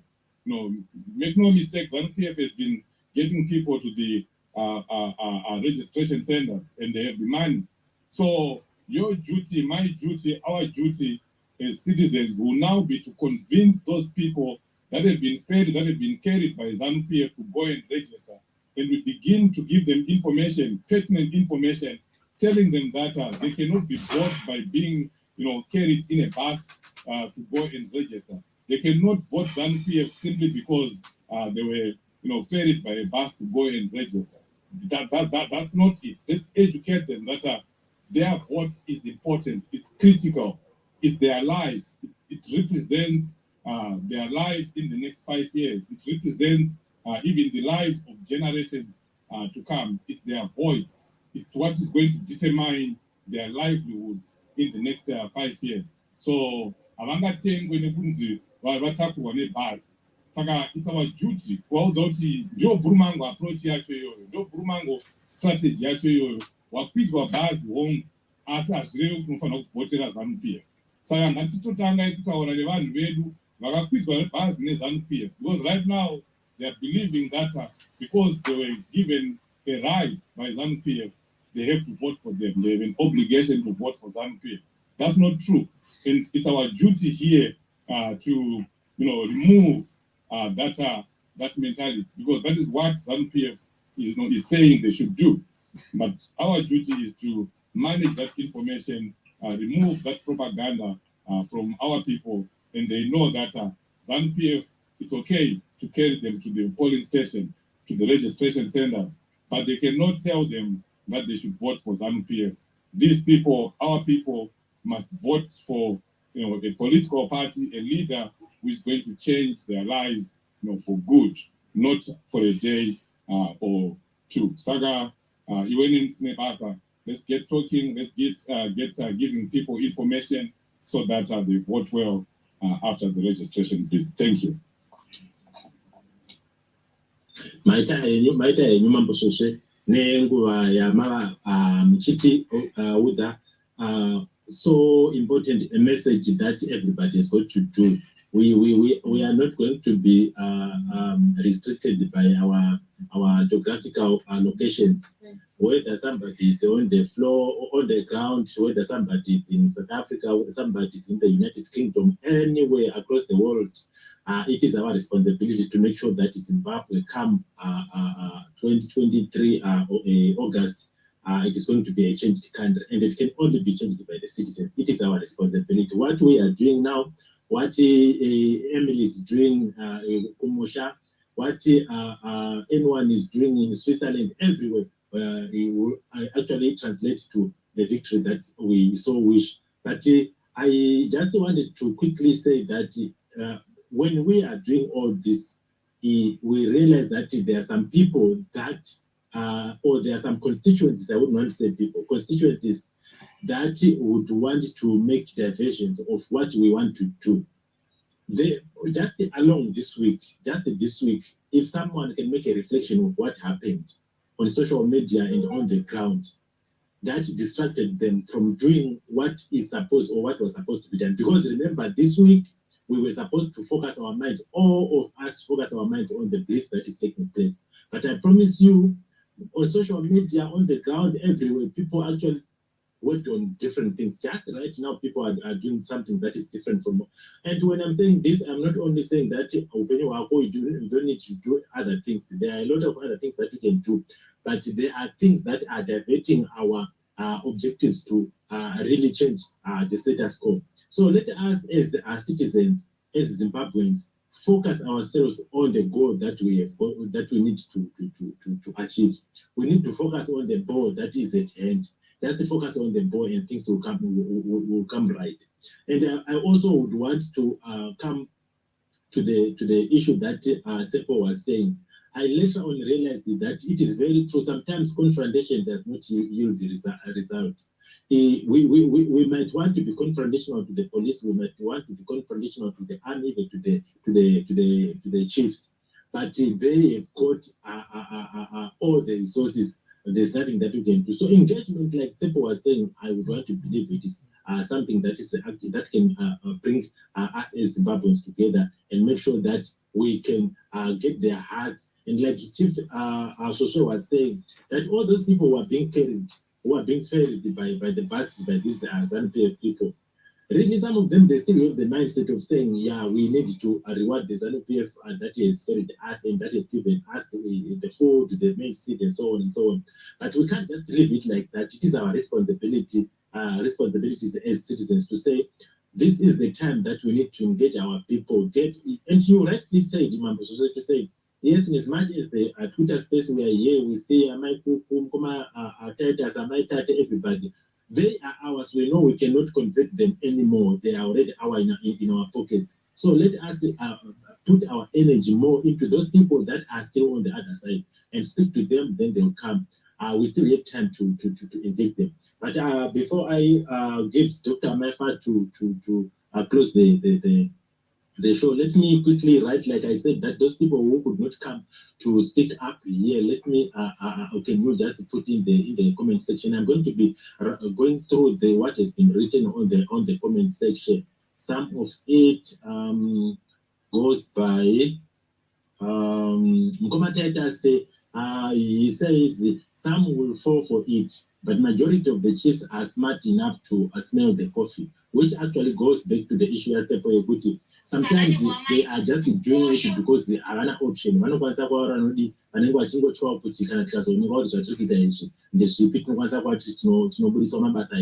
there are a number of chiefs that actually lost their jobs, lost their pets. Why? Because they were seen to be going on the side here opposition. So sometimes we need to give them room.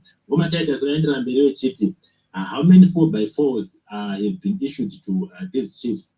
How much does one of this cost? Where is this money coming from? The time of the handover of the motor vehicles of chiefs is obviously meant to compromise them and to make them willing choose for ZANU-PF regime. This is very true. the timing of it is very, very, very important. And some people, a number of people, remember what they do is when they are heading over these things, they actually make it that people come together like a rally and say, see what is happening here, we are giving these people, and then people will simply say the government is responsible. But in the meantime, they are just lowering them, buying them.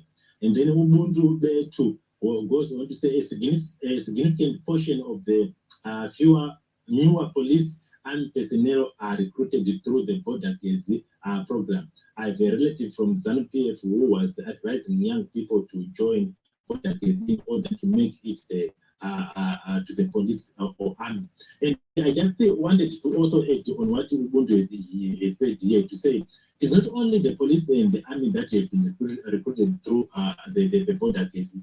I remember during the time around 2008 or something, when people were being encouraged to go to the Border Gezi training center, that being told that it is a ticket to get into the civil service. And there are a number of people, not only in the army or the police, in the nursing, in teaching, in different sectors of the civil service, a number of people actually got it there. So it's very true what you say. And then we go to King.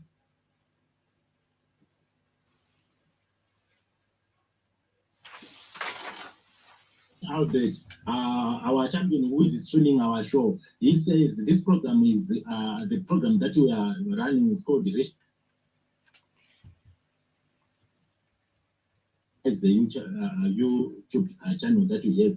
And please, listeners and speakers, he says we shouldn't forget to subscribe to the channel. And I would want to add on this. He says we actually did this in order for us to broaden the viewership, the listenership, so that everybody will get the message. Like I said when we started our show, that it is important that we know that Twitter space is somehow restrictive. A very few populace of our people are on Twitter space, but there are a sizable number of people who are on Facebook who can access YouTube. So that we deliberately did that. So for those people who can, please just get into that and subscribe if you can. And then this one is a personal one to find. I'm not going to read something to do with finance here. What we should please forgive. No, I'm not going to be reading anything to do with finance. But thank you very much to everybody who has just joined the space. That is all I wanted to say. Let's focus. Let me give this opportunity, Dr. Maifa, to close our space. Thank you. Thank you very much, host, and thank you everyone on this platform, those who gave submissions and those who were part of the audience. We appreciate you all, and let's keep working towards making Zimbabwe a better place for everyone. Like Comrade Rainford mentioned, there's so many distractions, especially on Twitter. You know, the glitches, the technology, it's a distraction on its own. And then people, staging conflicts there, some stage managed conflicts and some real conflicts. Let's not focus on those conflicts that are, about individuals. Let's deliberate on issues that have to do with Zimbabwe. Kana space iri kutaura zvaJenford. Why waste my time going there? Let's focus on rebuilding Zimbabwe. And then at Eastern time, 2:30, it's about in 2 hours and 20 minutes. We have a prayer going on. Praying, it's written, praying for Zimbabwe. Follow Mazmai or follow Maikuku. Let's gather there and pray for Zimbabwe. Here we are giving each other technical knowledge and information, but for it to succeed, we have to intercede on behalf of the country. We have to pray. So let's meet there in 2 hours, 20 minutes. Thank you very much. Have a blessed week, everyone, and let's encourage people to make a 2-minute video clip praising the Zimbabwe military and police, and then we'll touch Mani Samanch. Thank you very much, everyone, and have a great week ahead.